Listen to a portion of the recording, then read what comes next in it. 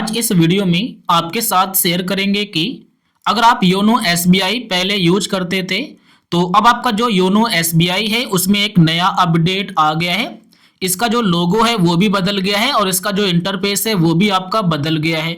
तो आज इस वीडियो में हम आपको बताएंगे योनो एसबीआई अपडेट होने के बाद अपने बैंक अकाउंट का स्टेटमेंट कैसे डाउनलोड करें, कैसे आप निकालेंगे, चाहे आप 1 मंथ का या फिर 3 मंथ का या फिर करंट ईयर का या फिर लास्ट ईयर का, सारी जानकारी बताएंगे। इसके लिए सबसे पहले योनो एसबीआई एप्लीकेशन ओपन करिए। जैसे आप इसे ओपन करेंगे इस तरीके से आपका योनो एसबीआई ओपन हो जाएगा। यहाँ पर अपना लॉगिन पिन डाल के सबसे पहले आप लॉगिन कर लीजिए। जैसे आप लॉगिन कर लेंगे आपका योनो एसबीआई ओपन हो जाएगा। अब यहाँ पर आप देख पा रहे होंगे सारे फीचर्स आपके यहाँ पर बदल गए हैं। तो यहाँ पर आपको जो अकाउंट स्टेटमेंट डाउनलोड करने का तरीका है वो भी आपका बदल गया है। तो अब यहाँ पर आपका अकाउंट दिखाई देगा। सबसे पहला काम है कि अपने अकाउंट पर आप क्लिक कर दें। जैसे आप अकाउंट पर क्लिक कर देंगे आपके सामने ये वाला पेज आएगा। यहाँ पर हमारे 2 अकाउंट हैं, एक है सेविंग, एक है हमारा करेंट अकाउंट। आपको जिस अकाउंट का स्टेटमेंट डाउनलोड करना है अपने, आप उस अकाउंट पर क्लिक कर दें। जैसे आप अकाउंट करेंगे ये वाला पेज निकल के आ जाएगा, आपका बैलेंस भी दिखाई दे जाएगा। अब यहाँ पर मिलेगा ट्रांजैक्शन बटन, आप इस पर क्लिक कर दें। जैसे आप क्लिक करेंगे यहाँ पर आपको एक डाउनलोड करने का कहीं पर भी बटन अभी दिखाई नहीं देगा। जैसा कि आप देख पा रहे होंगे कहीं पर भी डाउनलोड बटन नहीं है। अब आपको थोड़ा सा नीचे की तरफ आना होगा। यहाँ पर एक बटन दिखाई देगा जिसका नाम होगा व्यू मोर। आपको फिर व्यू मोर बटन पर क्लिक करना है। जैसे आप इस पर क्लिक करेंगे, क्लिक करने के बाद अब आपके सामने फिर से एक नया पेज निकल के आ जाएगा। अब यहाँ पर आपको रिक्वेस्ट करने का पेज आ जाएगा कि आपको स्टेटमेंट चाहिए, तो आपको फिर रिक्वेस्ट के बटन पर क्लिक करना है। जैसे आप इस पर क्लिक करेंगे आपके सामने रिक्वेस्ट स्टेटमेंट का पेज आ जाएगा। अब यहाँ पर पहले आपसे पूछा जाएगा ड्यूरेशन, यानी कि आपको कितने टाइम का चाहिए, आप इस पर क्लिक कर सकते हैं। यहाँ पर दिखाई देगा करंट मंथ जो महीना चल रहा है उसका, लास्ट मंथ जो महीना निकल गया उसका, या लास्ट 3 मंथ यानी कि पिछले 3 महीने का, या करंट फाइनेंशियल ईयर यानी कि जो साल आपका चल रहा है पिछले यहाँ पर 1 तारीख से लेकर 12वें महीने की 31 तारीख तक की, और या फिर लास्ट फाइनेंशियल ईयर यानी कि पिछले साल का, या फिर आप डेट डालना चाहते हैं तो यहाँ पर क्लिक करके आप डेट डाल सकते हैं कि हमें 2013 से लेकर 14 तक का चाहिए। हमें चाहिए करंट फाइनेंशियल ईयर का यानी कि इसी साल का, तो यहाँ पर हमारा करंट फाइनेंशियल ईयर है, हम इस पर क्लिक कर देंगे। जैसे क्लिक कर देंगे आपके सामने आ जाएगा करंट फाइनेंशियल ईयर, यानी कि हमारा करंट फाइनेंशियल ईयर सेलेक्ट हो गया।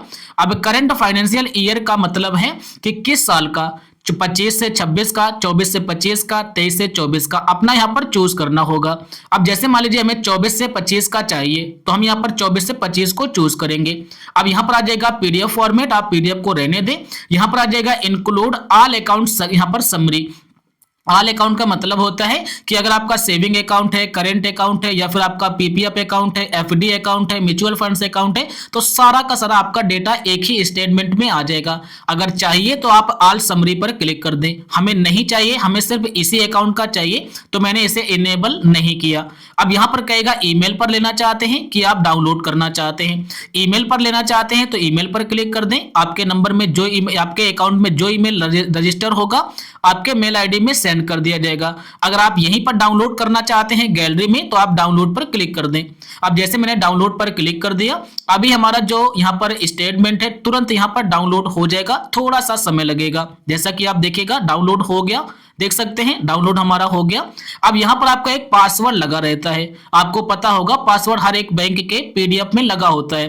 तो यहाँ पर आपको एक लॉजिक बताया गया है कि पासवर्ड आपका कैसा होगा, तो आप इस पर क्लिक करके आप पासवर्ड का लॉजिक देख सकते हैं। अब जैसे कि देखिएगा आपका नेम है रविशंकर, आपका डेट ऑफ बर्थ है ये वाला, तो आपका पासवर्ड बनके इस तरीके से रेडी होगा, यानी कि आपके नाम के पहले के 4 अक्षर और आपका पूरा डेट ऑफ बर्थ। अगर आपका नेम है देव पटेल, आपका डेट ऑफ बर्थ ये है, तो आपका फिर इस तरीके से आपका बनेगा पासवर्ड। एक बात को याद रखना, यहाँ पर सिर्फ 4 अंक लिए गए हैं, लेकिन आपको यहाँ पर बता दिया जाता है कि आपके नेम के फर्स्ट 5 अंक भी लिए जाते हैं। ऐसा ना हो कि आप अपने नाम के 4 अक्षर डालें और अपना डेट ऑफ बर्थ डाल दें, तो आपसे गलत पासवर्ड भी कह सकता है, क्योंकि हमारे केस में ऐसा हो जाता है कभी कभी। तो आप पहले अक्षर के अपने नाम के 5 अक्षर भी डाल के अपना डेट ऑफ बर्थ डाल के देख लेना, आपका खुल जाएगा। तो चलो यहाँ से इसे करते हैं बैक। अगर आप ओपन करना चाहते हैं यहीं पर तो आप डन कर दें और यहाँ पर अपना पासवर्ड डाल दें, जो भी आपका पासवर्ड हो। अगर नहीं आप यहाँ पर खोलना चाहते हैं तो फिर आप अपने गैलरी में चले जाएं, सीधी सीधी बात अपने गैलरी में जाइएगा। जैसे आप गैलरी में जाएंगे अब आपको यहाँ पर दिखाई देगा आपका स्टेटमेंट डाउनलोड हो गया, पहले मैंने डाउनलोड करके चेक किया था।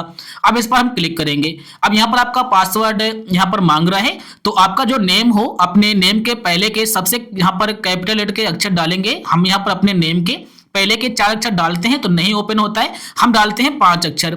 जैसे मैंने 5 अक्षर डाल दिए, अब हमारा जो डेट ऑफ बर्थ है वो यहाँ पर हम डालेंगे। डेट ऑफ बर्थ डालते समय कोई भी स्पेस या फिर कोई भी अदर स्पेस यूज नहीं करना है। जैसे कि आपको इस तरीके से स्लैश यूज नहीं करना है, आपको इस तरीके से स्लैश यूज नहीं करना है। तो हम यहाँ पर अपना डेट ऑफ बर्थ इंटर करते हैं और जैसे आप डेट ऑफ बर्थ इंटर करेंगे अब आप यहां पर ओपन पर क्लिक कर दें। जैसे आप ओपन करेंगे आपके अकाउंट की सारी डिटेल्स निकल कर आ जाएगी। देख सकते हैं ये आपका स्टेटमेंट आ गया। यहां पर मैंने 24 और 25 का डाउनलोड किया है, आप अपने हिसाब से टाइम टेबल आप चूज कर सकते हैं। और इस तरीके से योनो एसबीआई के नए अपडेट के बाद आप अपना जो यहाँ पर ट्रांजेक्शन है या फिर आप कह सकते हैं कि आपका जो पीडीएफ फाइल है अकाउंट स्टेटमेंट का वो आप निकाल सकते हैं। कोई भी आपको परेशानी नहीं मिलेगी। अगर कोई भी परेशानी मिले तो फिर आप हमें कमेंट करके जरूर बताइएगा।